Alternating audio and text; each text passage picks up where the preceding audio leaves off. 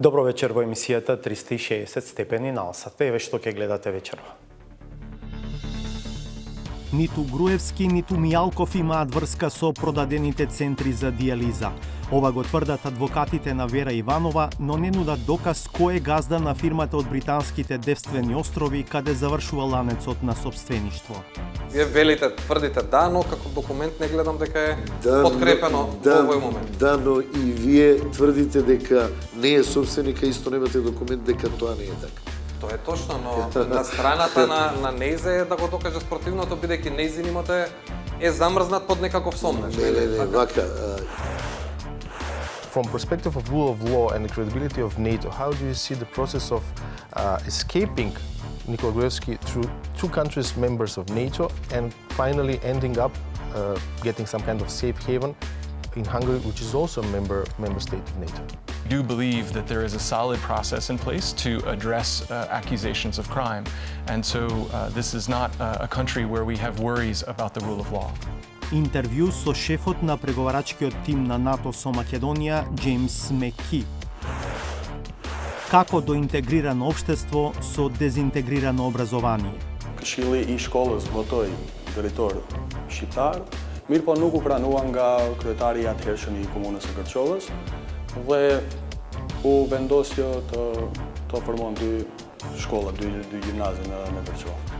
Мултиетничкиот бојкарски тим од поделената Тетовска гимназија освоил турнир. Ishim të bashkuar dhe kjo na mundsoi edhe më tepër fitore. Дали е време за похрабри политички одлуки? Дали заменик министерот налажно спие или не спие, дали брковите му стојат? Некни на Facebook одговарам што не одиш на преглед на простатата. Значи вакви шпекулации не помагаат. Саботажа. Почнуваме по кратка пауза.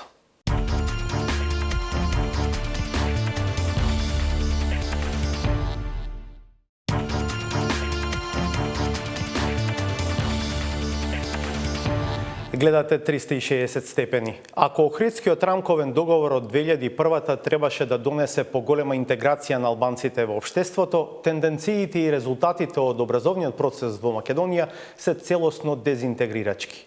Конфликтните ситуации во училиштата беа решавани со комплетно издвојување на учениците албанци и македонци, дури во посебни објекти, иако под капата на исправен субјект. Тоа можеби го намали бројот на тепачки на етничка основа, но и ги направи речиси невозможни контактите меѓу врсниците од различни етнички заедници. Дали е време за поинаков пристап и за похрабри одлуки? Зоран Јовановски трагаше по одговорот.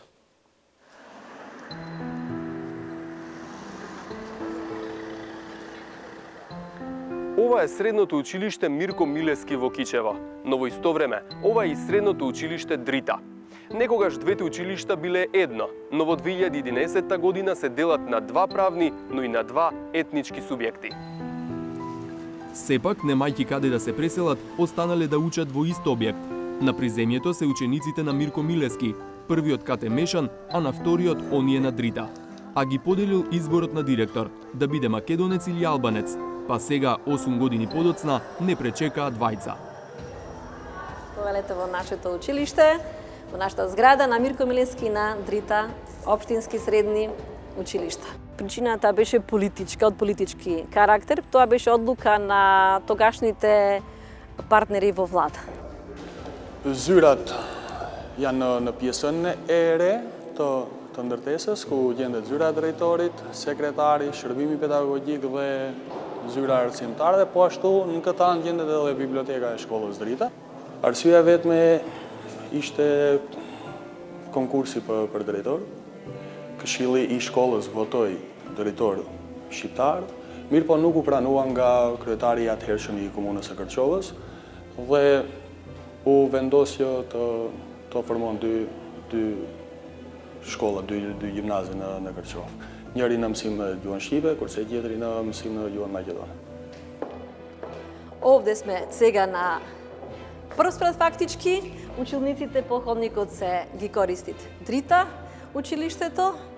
Овие се канцелари на Мирко Милевски, има 2 или 3 канцелари кои што ги користат или ги користеа Дрита, со службите слегоа на прв спрат. Добро, некогаш сте се збуниле која училница чија е? Не. Албанските ученици останаа да учат во истите училници каде што учеа.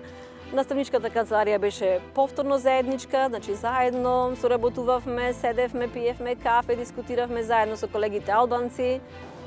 Kati i tretë shfrytëzohet i gjithë nga ana e gjimnazit Mirko Mileski, janë të gjithë paralelet në katin e tretë i takojnë gjimnazit Mirko Mileski.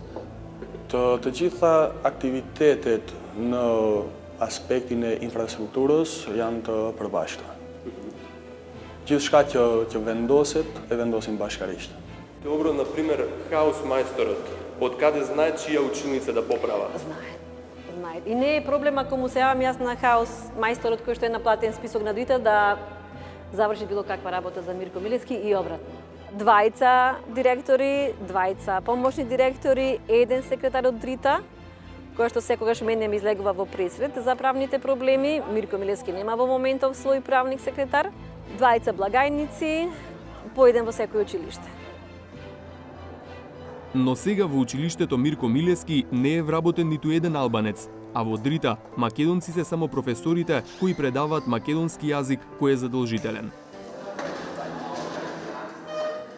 Јас до лани работев во Општинското средно училиште Дрита и значи имам цела генерација ученици што се тука по ходниците и кои исто ми се ученици како овие што ми се сега. Значи нема разлика за мене дека се тие ученици на албански наставен јазик или овие што ми се сега на македонски наставен јазик. Значи ние сме навикнати на ваква атмосфера и се ни е нормално. Професорот Неби Билјали 2 мандати бил директор во Дрита. Ne nuk kemi vënë edhe sot raste të mirëfillta të organizimit vetjak nxënësit pra të jenë të organizuar për një mbrëmje të përbashkët.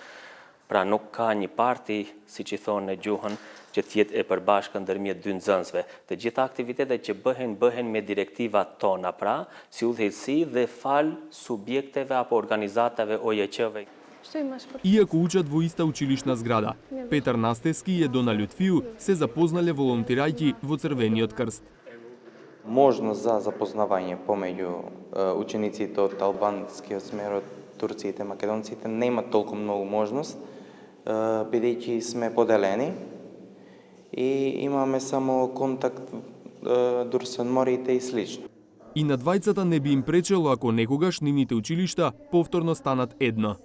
Në qoftë se ishte bërë bashkimi I shkollave I nxënësve shqiptar dhe maqedonas, mendoj që rezultatet do të ishin edhe më pozitive. Kjo do të kishte mundësuar që të kalojmë domethënë në njerëz më të civilizuar, por edhe më të socializuar. Тетовската гимназија Кирил Печиновиќ не е поделена на две училишта, но е поделена на 2 објекти. Во централниот учат паралелките на албански наставен јазик, а во старото медицинско училиште оние на македонски. Në bazë etnike, me njerë ka viti 2002, kishte tendenca për konflikte, edhe me kërkesë të vetë prindëve, nxënësit Maqedon kërkuan që në ato objekte ku ishim të ndarë përpara, të ndahen veç nxënësit Maqedon për çështje sigurie. Во другиот објект ја најдовме заменик директорката, која верува дека 16 години подоцна тие повторно би можеле да работат и учат во иста зграда, ако конечно на централниот објект му се направи доградба, за да има простор за сите. Албанска настава се повеќе бројни учениците за разлика од македонска настава, така да професорите предаваат и распоредот на часовите е различен на професорите. Значи денеска е 2 часа во една година, 2 часа пример во прва, 2 часа во втора година. Со што не би било можно да дојде овде па да трча после тоа таму. Поради тие услови мора вака да биде, но се надеваме дека веќе имаме сознание дека проектот е започнат за изградба на доградба всушност на главната зграда на гимназијата, каде што се надеваме брзо ќе се реализира и ќе почнеме сите заедно да учиме во една иста зграда. За гимназијалците тоа е добра идеја. Мислам дека не би имало никаков проблем ние како македонци и албанци да учиме во иста зграда. Пример во главна гимназија. Ако се догради плюс училници за нас. Пак да ке се проблеме, мендој, ама да ishte edhe ma mirë t'jesin ato, pse edhe mos njifemi me bëhemi ma shumë shok me ato. Krijojmë shoqëri ma të madhe. Разделените тетовски гимназијалци најмногу ги спојува спортската сала. Имаат заедничка одбојкарска екипа, а со резултатите им пркосат на сите поделби. Ишим на турнирин комунал, то волейболит për femra, që u mbajt në medicinë. Aty shkolla jon u përban me 3 ndeshje, ku në 3 ndeshje korëm sukses, me seta shumë diferencë të madhe pikësh. Nuk bëri problem nga që ishim disa paralele maqedone dhe disa shqiptare. Ishim të bashkuar dhe kjo na mundsoi edhe më tepër fitore. Гимназијалците се расположени и за одржување заеднички часови во редовната настава, а не само во слободните активности, но сметаат дека има една пречка која дури и нивните спортисти тешко може да ја прескокнат – јазикот.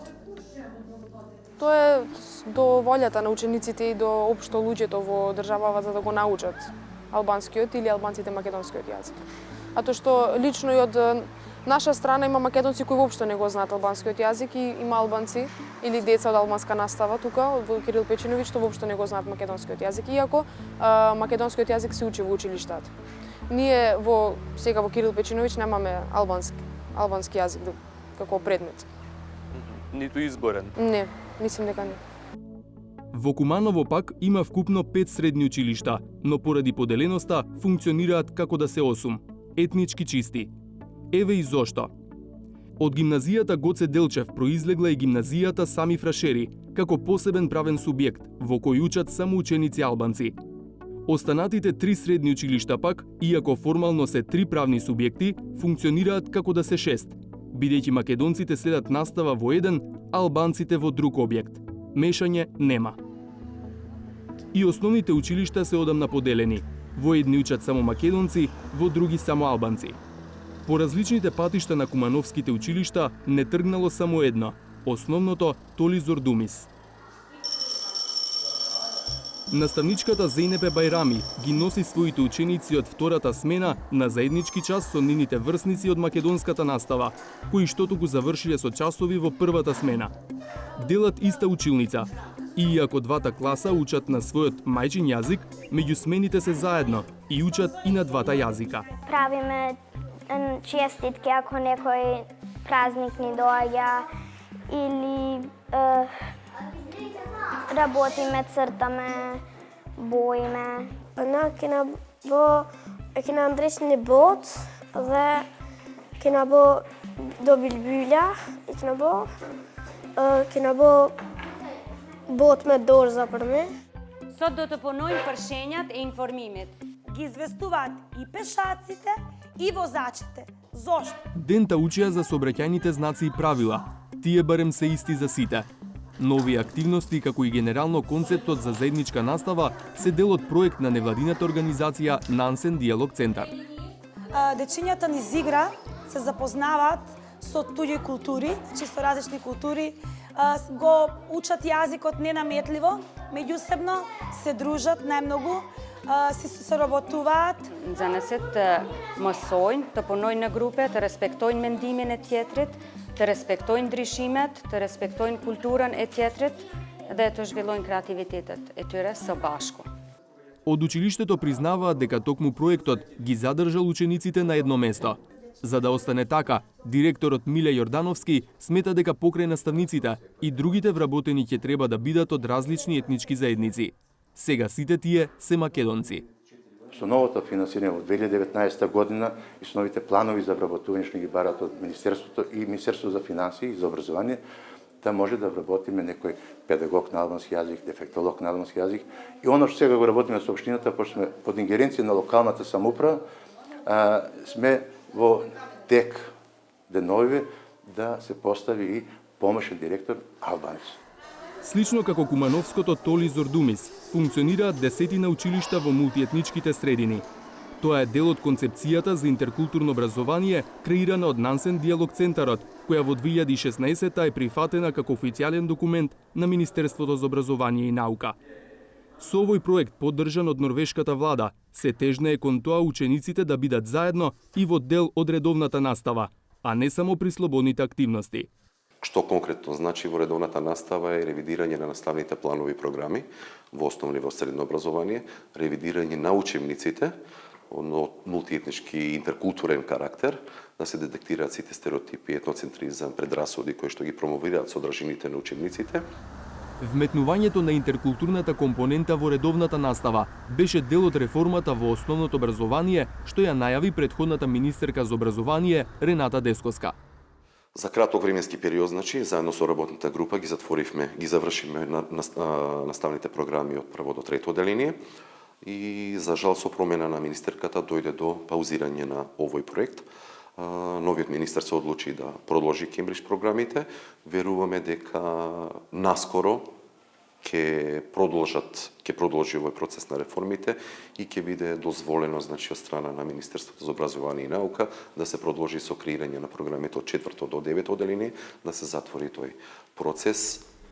Но министерот за образование Арбер Адеми тврди дека образовната реформа не е паузирана. По предлогот за нов закон за основно образование на неговата предходничка, сега се прави втора верзија на предлог законот. Propozimi i tyre ka të bëjë me klasën e parë, dytë dhe të tretë. Jo një propozim i tërësishëm i cili ka gjithë ciklin që përfshin arsimi fillor nënvjeçar, në mënyrë që të kemi pasqyrë të qartë se çfarë shkallësi, kompetenca, aftësi e njohuri do të ketë një nxënës i cili e kryen klasën e parë.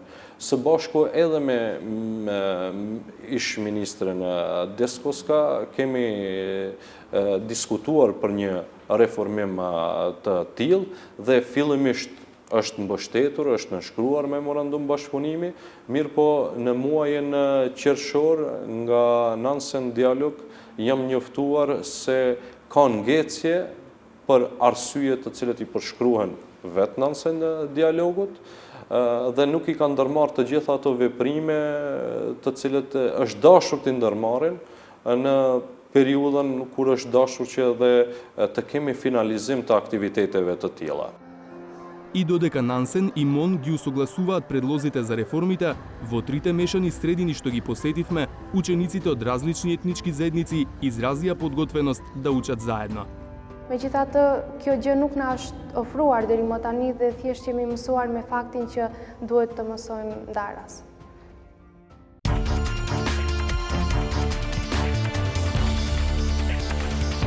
Првиот човек на НАТО Јенс Столтенберг смета дека бегството на Никола Груевски и статусот на признаен бегалец што му го возможи земја членка на Алијансата се прашање што треба да ги решат Будимпешта и Скопје.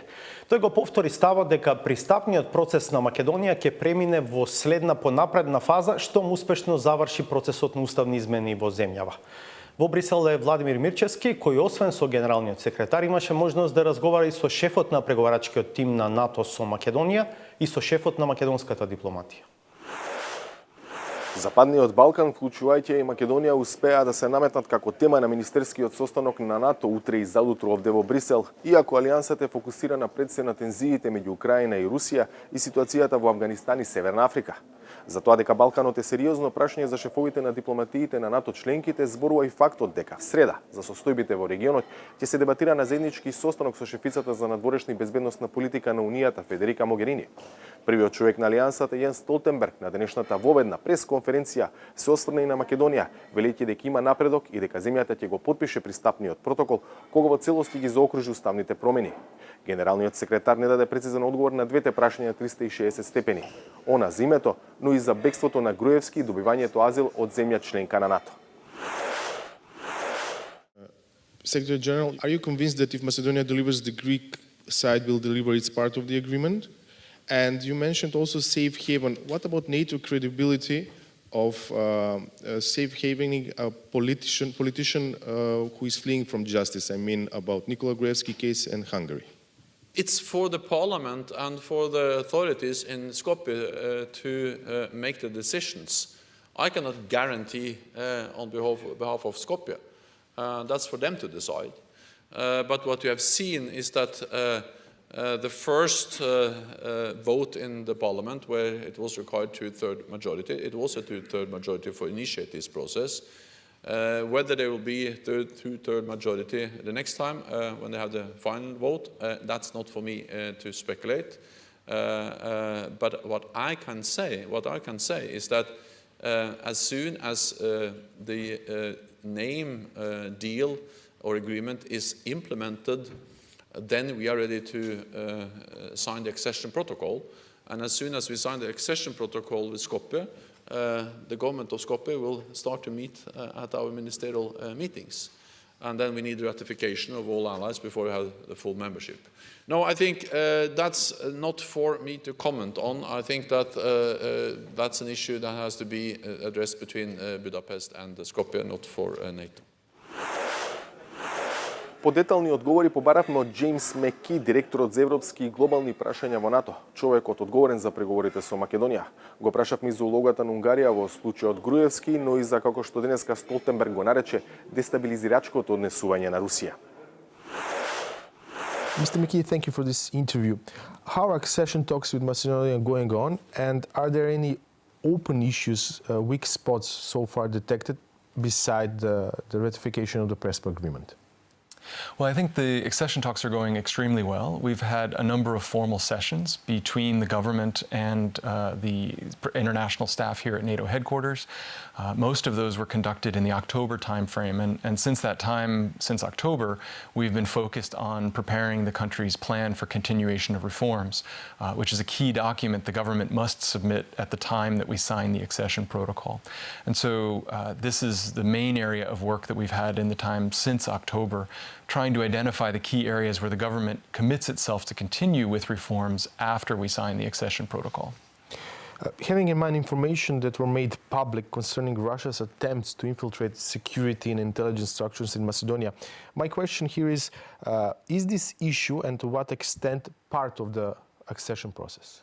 Well, one of the key elements of being a good NATO ally is to have a strong security service. And so obviously we have a deep process of consultation with the services in Skopje, and we're talking to them about a number of challenges that they face across a number of different fronts.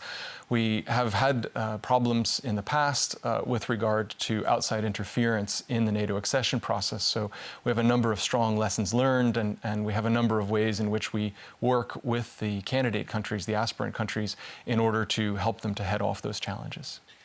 Macedonian authorities have announced idea of vetting of security structures. Are you familiar with this initiative? Well, as I said, we're talking very closely with the government in Skopje to try and identify what is the best way forward in terms of reforms. The most important thing is to make sure that NATO allies have a high degree of confidence in the security and intelligence services at the time the country becomes a member of the alliance, because that then entitles them to access to NATO classified information. So it's a process that's been going on for some time, so it's not like it's all brand new. But what we've done is we've worked very closely with the authorities in Skopje to make sure that they're taking all of the steps necessary to demonstrate a solid track record and ensure that that high degree of confidence is there with allied services. If ratification process of Prespa agreement both in Macedonia and Greece goes as planned, when can we expect for the accession protocol to be signed, and when can we expect Macedonia to become full-fledged member of the alliance? Well, obviously we don't know the exact timeline because it's due to sort of the political process both in Skopje and in Athens. But I think what we've heard leaders in both countries saying, at least in Skopje, we've heard the leadership saying they hope to have the Prespa agreement, the implementation of the Prespa agreement completed by the middle part of January. And so that would then allow us to move forward on the NATO side with the signature of the accession protocol. We don't really have as much clarity on the timelines in Athens because obviously we're waiting for the first part of that process in Skopje to take place. What we do know is from the time that we sign the accession protocol, we can only go based on past experience. But after we sign the accession protocol, it usually takes about 12 to 14 months for all of the allied parliaments to ratify the accession protocol. So if, for instance, we were signing the accession protocol towards the end of January, beginning of February of 2019, I think by, say, February or March of 2020 is when we could expect the country to come into the alliance. But of course, that's very notional. The details of that exact timing have to be worked out still. The upcoming ministerial meeting, one of the focus is going to be Russia's posture towards NATO. We've seen a lot of statements from Russian officials and Russian ambassadors concerning Macedonia's integration into NATO. Do you see these statements as a clear threat towards Macedonian process of integration into the alliance? Well, I think the Russian Federation has made its position clear, and that's its right to make its position clear. But at the end of the day, we don't really allow the Russian Federation or any country, any third party, to have a veto over the NATO integration process. And so what counts for us is the opinion of the NATO allies and the opinion of the candidate country. And so what we hear from the political leaders in Skopje, what we've seen through a number of parliamentary motions, is that there is very solid support in the country for membership in NATO. And that's what matters to us the most, is we believe that it's every country's right to choose its own defense and security arrangements. And this is what the country is telling us that they want. And so NATO allies have responded in a positive way.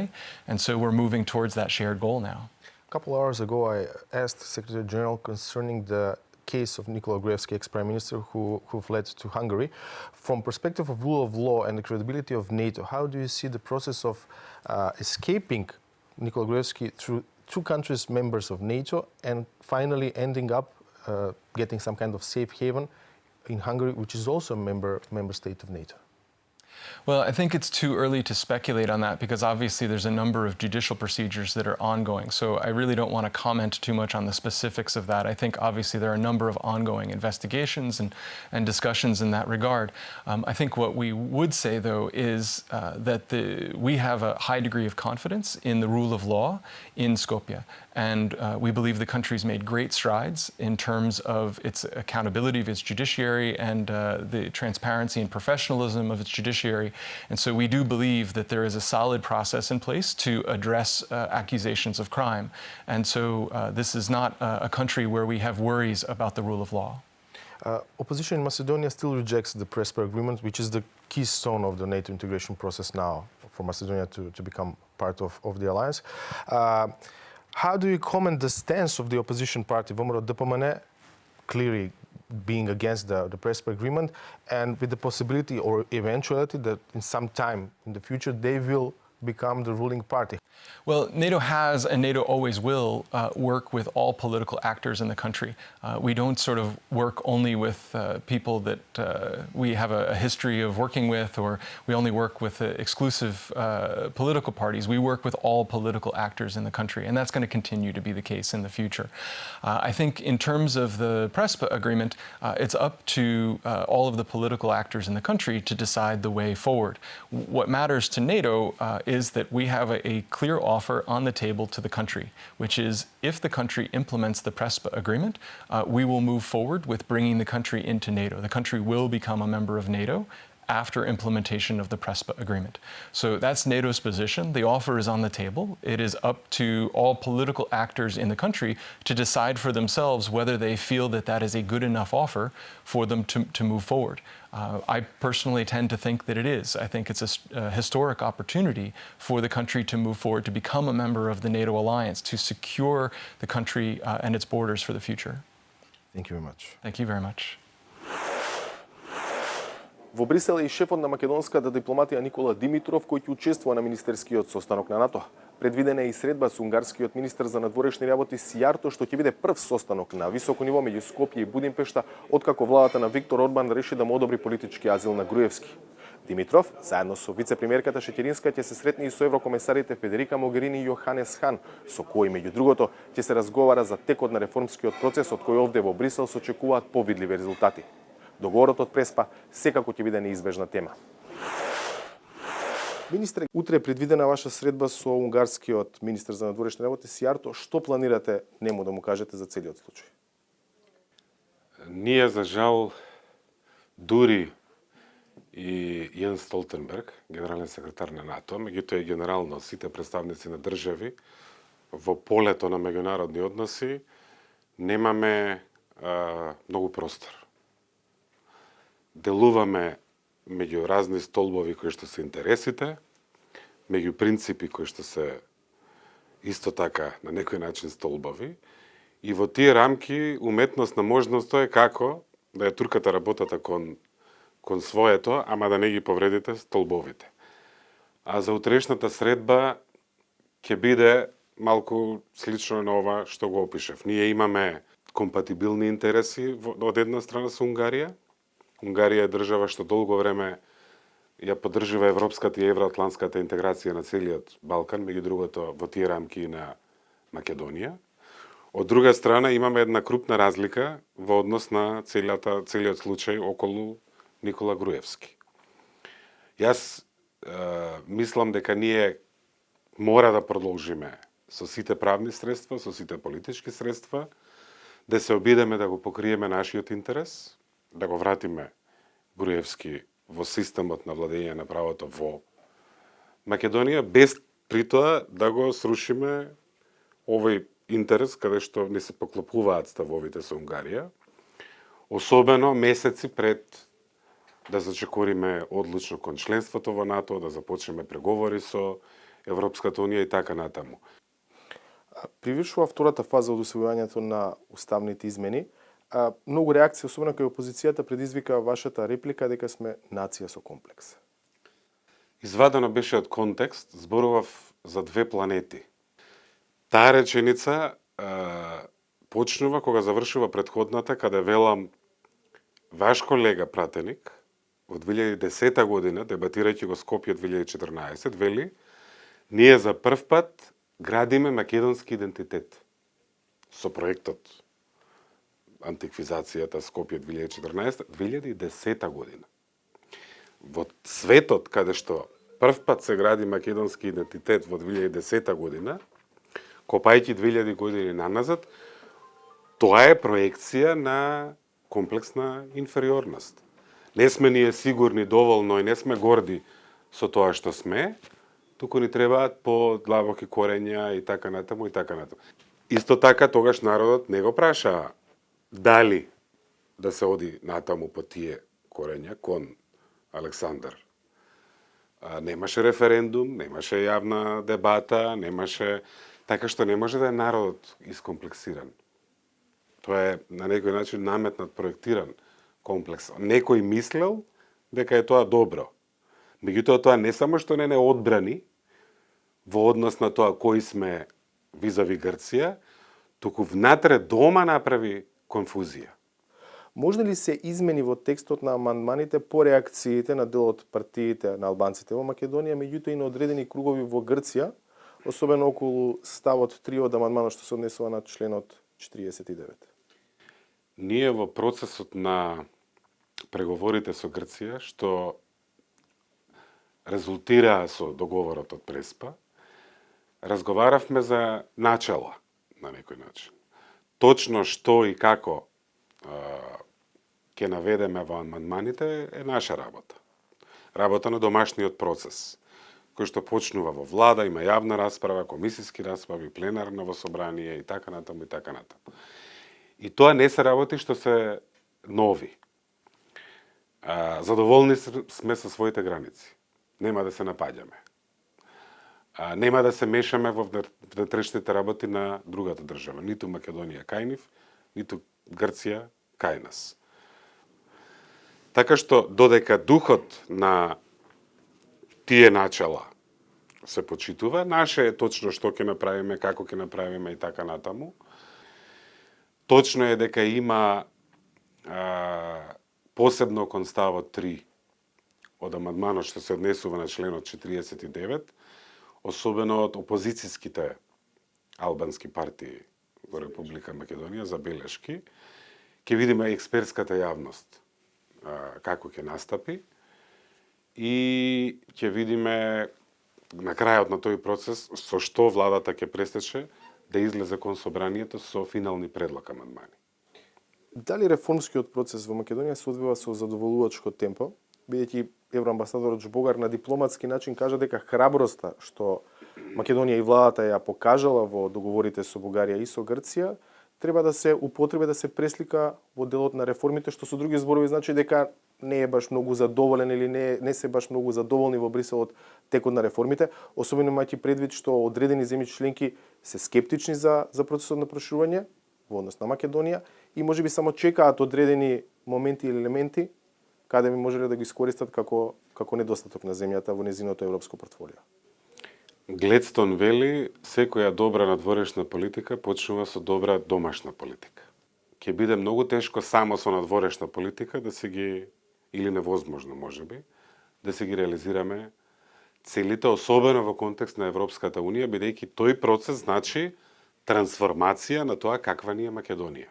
Во некои од овие области, например реформите во разузнавањето.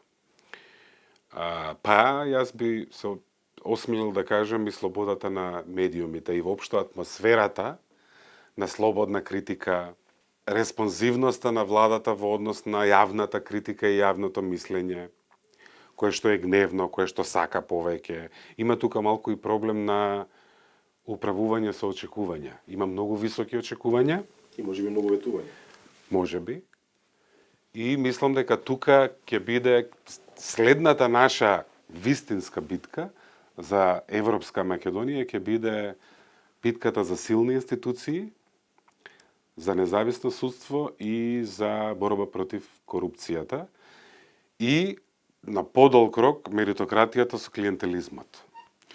Мора во Македонија да може да се успее без да се биде близок со ниту една политичка партија. Факт е дека, ако ви го спомнавте Жбогар, Европскиот парламент скоро во извештајот за Македонија вели: честитаме на владата за робусната реформска агенда и резултати. Многу ќе зависи од исходот на европските избори. Ќе видиме што ќе се случи во мај. Меѓутоа, ние мораме да направиме ситуација да е речиси, да е барем непријатно да не се поддржи Македонија во јуни. А за тоа да го направиме треба да имаме јасни, видливи чекори. И тоа веќе го скоро имаше во Берлин една средба на високо ниво затворена, каде многу благонаклоно се гледа на нашата спремност, и не зборам само за владата, зборам за општеството наше. За македонското општество дека очигледно е дека е жедно за вистински реформи, не за преправање, не за форма, не за глумење. Имаме време, реално е возможно, мислам дека се уште не сме во ситуација да има атмосфера да е непријатно да не се поддржи Македонија. Мораме уште. Во пресред на главните активности во седиштата на НАТО и на Европската Унија утре и задутре од Брисел за 360 степени. Владимир Мирчевски. Во случајот со замрзнатите 11 милиони евра во Монако од продажбата на фирма, која поседува фирма со лиценца за диализа, остануваат многу неодговорени прашања. Меѓу другото и чија е фирмата регистрирана на британските Девствени острови, каде завршува ланецот на поврзаното сопствеништво. Адвокатите на Вера Иванова, која како физичко лице е 25% сопственик на продадената компанија, тврдат дека таа е газда и на фирмата од Девствените острови, но засега не можат да понудат и доказ дека е така. Александар Димитриевски го следи овој случај во кој засега индиректна поврзаност има кумот од првиот брак на Никола Груевски, Ристо Новачевски. Мендух Тачи и четворица поранешни членови на Државната изборна комисија предпладнево дојдоа навреме во судот за рочиштето за Титаник 2. И тие и камерите мораа да ги чекаат случувањата надвор од судницата, каде со задоцнување пристигна комбе од затворот во Шуто Оризари. Во него беше Сашо Мјалков, кој што туку почна да издржува нов 30-дневен притвор за случајот Империја, откако истовремено му беше укинат притворот за случајот Таргет Тврдина, одреден на 21 ноември. Судот не ги открива сите детали од кои причини Мјалков е во притвор, бидејќи актуелната пракса е да не се објавуваат ваквите решенија. Сепак, успеавме да го прочитаме решението од судот, а во него на наше изненадување воопшто не се споменуваат фамозните 11 милиони евра кои што беа главна основа за првиот притвор против Мјалков. Велам фамозните, затоа што во јавноста е споделено само дека станува збор за сознание на финансиското разузнавање, за две сметки кои што не се име на Сашо Мјалков, но за кои што постои сомнеш дека тој ги контролира. Каде исчезна 11 милиони евра и двете сметки, сомнеш со кој на СЈО за прв пат му успеа да го притвори Мјалков. За разлика од судот кој воопшто не ги споменува, од тимот на Катица Јанева велат дека не ги заборавиле парите. Тие средства беа дел од нашето барање за новиот притвор. Барањето за притвор не е јавен документ, па не може да се провери тврдењето. Новиот јавен домен веќе е првото решение за притвор за Мијалков. Судот тогаш не ги пропушти 11 милиони евра под сомнеж дека се на екс-шефот на УБК. На чии сметки се сомнителните 11 милиони евра и од што потекнуваат е уште едно прашање на кое со недели не дава одговор ниту специјалното јавно обвинителство, ниту пак обвинителството за гонење организиран криминал. Кое случајно или не, неодамна замрзна исто така околу 11 милиони евра на две сметки во постапката за продажбата на дел од центрите за диализа. Клучното лице во тој предмет е Вера Иванова. Таа тврди дека е единствен собственик на фирмата Метрополитен, која на почетокот на ноември беше продадена на шведски Диаверум. Но проблемот е што? Пред продажбата, Метрополитен е во собственост на физичкото лице Вера Иванова и правното лице од Дубај, Smart Holding. Газда на Smart Holding според документите кои преку дел од своите адвокати ги приложи Иванова е фирма од британските Девствени острови, General Solutions Services. Нејзиниот адвокат во постапката за замрзнатите средства Звонко Давидовиќ тврди дека и последната фирма во Синџирот е на Вера Иванова. На увид ни беа ставени повеќе документи од Дубај и од Девствените острови, во кои го има и името на Вера Иванова. Но според нашиот увид, во сите тие документи таа е овластено лице потписник, но не и собственик. Кога ќе погледнете фактографски крајниот резултат, Вера Иванова е собственик и на правното лице кое што е собственик на Smart Holding Limited. Од документите што ги приложивте, барем јас лично не гледам дека Вера Иванова е титулар на акциите на британски Девствени острови. Да, затоа што таа е тој... attorney in law, што во други значи овластено лице, а не принципал. Вака, јас ве повикувам да побарате од собственичката и сигурно ќе ви ја даде. Ние овие документи со кои располагаме ни се потребни за предметот и можеби во мигот го немаме, пошто не ни интересирала фирмата од Девствените острови, нас не интересира другиот дел, собственоста на Метрополитен, но истата е собственик по нејзино кажување. Најдобро е да побарате од собственикот Вера Иванова, која верувам ја има комплетната документација околу регистрацијата. Затоа што ние, како адвокатско друштво, сме ангажирани околу замрзнувањето на парите и она што се слуша дека евентуално е отворена предистражна или истражна постапка од обвинителството за организиран криминал. Така да, најдобро е да ги побарате од неа документите за фирмата на Девствените острови. За Smart Holding Limited ви покажавме за Метрополитен. И тука мислам дека нема ништо спорно. Нема ништо спорно, пак ќе кажам, линијата на собствена завршува до британски Девствени острови. Така е. И сега тука имаме една празна точка. Јасно е дека е Вера Иванова и таму представник на таа компанија, и тука нема ништо спорно, но од ова што го гледам, не гледам и дека е и апсолутен собственик. Вие велите, тврдите да, но како документ не гледам дека е подкрепено во овој момент. Да, но и вие тврдите дека не е собственика, исто немате документ дека тоа не е така.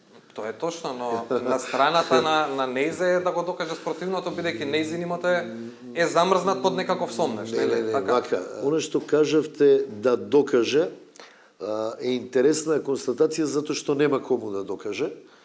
Затоа што ние решението за замрзнување на парите се уште не сме го добиле и покрај тоа што писмено сме се обратиле до судот и сме го добиле и бројот на предметот од банката каде што се замрзнати средствата, но одговорот на основниот суд Скопје 1 Скопје е дека се води предиздрачна постапка која е тајна и не се во состојба да ни го достават решението, што е нонсенс. По овој разговор, Давидовиќ дополнително телефонски ни соопшти дека Иванова поседува документ што ја докажува нејзината собственост на фирмата на Девствените острови, но повторно не можеше да ни го достави бидејќи бил дел од предметот за продажба и ревизија на компанијата. Како што објавивме минатата недела, Вера Иванова се јавува како управител во повеќе друштва: Диамет, Метрополитен, но и Диамет РС, каде собственик е 21 годишниот Филип Иванов. Филип Иванов пак е газда во уште една фирма, Метромедикал, каде бизнис партнер му е Ристо Новачевски, кумот на екс-премиерот Никола Груевски од неговиот прв брак. Сите домашни компании во мрежата имаат седиште на иста адреса: Јадранска магистрала број 100 во Визбегово. Дел од средствата што ги замрзна обвинителството за гонење организиран криминал се на сметката на фирмата од Дубај, Ново Монако. Иванова преку низините адвокати објаснува дека на тој начин сакала полесно да инвестира надвор од Македонија. Но адвокатите не можеа да објаснат во нејзино име зошто и требале две фирми надвор од Македонија, и во Дубај, и во Девствените острови, и дополнителна сметка во Монако. Случајно или не, се тоа се совпаѓа со периодот кога од земјава избега Груевски, а Мијалков влезе во притвор. И двајцата се меѓу ретките македонци поврзувани со Монако. Мијалков поради студиите на неговиот син. Груевски пак, како што своевремено потврди неговата партија, добил понуда за стипендија за докторат на универзитет во Монако. Но тој ја одбил, бидејќи немал време за таков ангажман, паралелно со премиерската функција.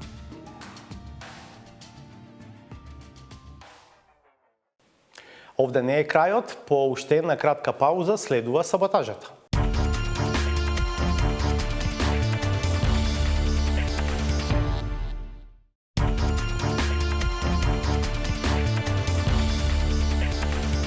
Да го одгледаме и новото издание на сатиричниот коментар на авторот Сречко Поповски.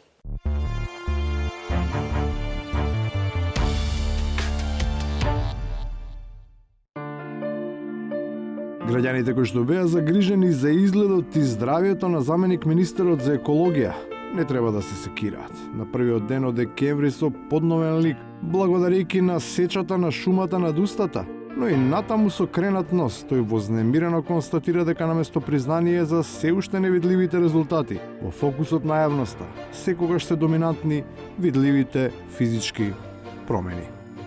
Дали заменик министерот налажно спие или не спие, дали брковите му стојат, некни на Фејсбук одговарам што не одиш на преглед на простатата, значи вакви шпекулации не помагаат. Но додека Макрадули се обидува посветено да ја подигне свеста за спречување на машките болести, неговиот ресорен шеф, свесен за негативниот одиум во јавноста по изјавата дека тој нема потреба да ги слуша граѓаните.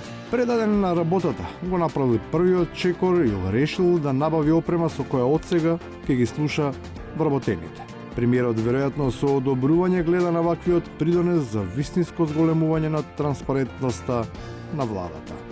Ако покаже истрагата дека тоа се нивно знаење, а тие се тие кои што ги набавуваат, подпишуваат и исплаќаат ваквите централи, секој си понесат одговорност. Ако Куртули од неслушањето на граѓаните, тогаш за Дураков вистински проблем ќе биде тоа што тој конечно сакал да слуша.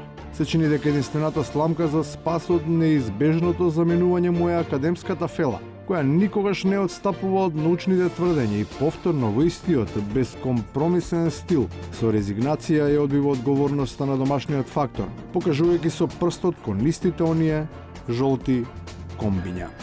Сите овие случаи на прислушување и афери поврзани со безбедносниот сектор и нивните злоупотреби од 1990 година тврдам дека имаат длабока врска со инволвирање на странски служби и странски интереси. Кога се споминува зборот странски, најчесто се мисли на инвестиција, кога тие ќе се спојат во два збора, неизбежно се поврзуваат со името и презимето на една од владините ведети во нивно придобивање. Иако е сосема нејасно како таквиот магнетизам тој не успеал да го употреби во собствената партија, од која е исфрлен. Тие нормално очекуваат негова политичка смена, а тој не баре донесен со декрет како ултрарентабилен капацитет од екзистенцијална важност. Си смета дека местото му е со договор за долгорочен закуп. Барањето дека треба да замена од министерска позиција, мислам дека е абсурдно. Треба да има дебело образложение за таа работа и тоа дебело образложение да даде во писмена форма. И на крај, за тенко портфолио не е потребно изобилство од аргументи од и за се, како и за предвидениот грандиозен објект на паркингот кај ГТЦ во Скопје. Постои рационално објаснување. Целата постапка ми е швейцарска. Едноставно ова ми е швейцарска работа, која што направи Министерството за транспорт и врски и министери сите таму. Ова е прошверцување да се тоа прошверцува. Може да се прошверцува зграда, може веројатно и повеќе од тоа, но не може да се прошверцува довербата. Таа неизбежно паѓа по намерно оставените дупки во законите и во уредбите. Саботажата и сите други наши содржини се достапни на веб страницата 360stepeni.mk, на нашиот YouTube канал, на акаунтите на Facebook и Twitter. Следете не и в петок од 22, останете на Алсат, сега наред се вестите. Пријатно!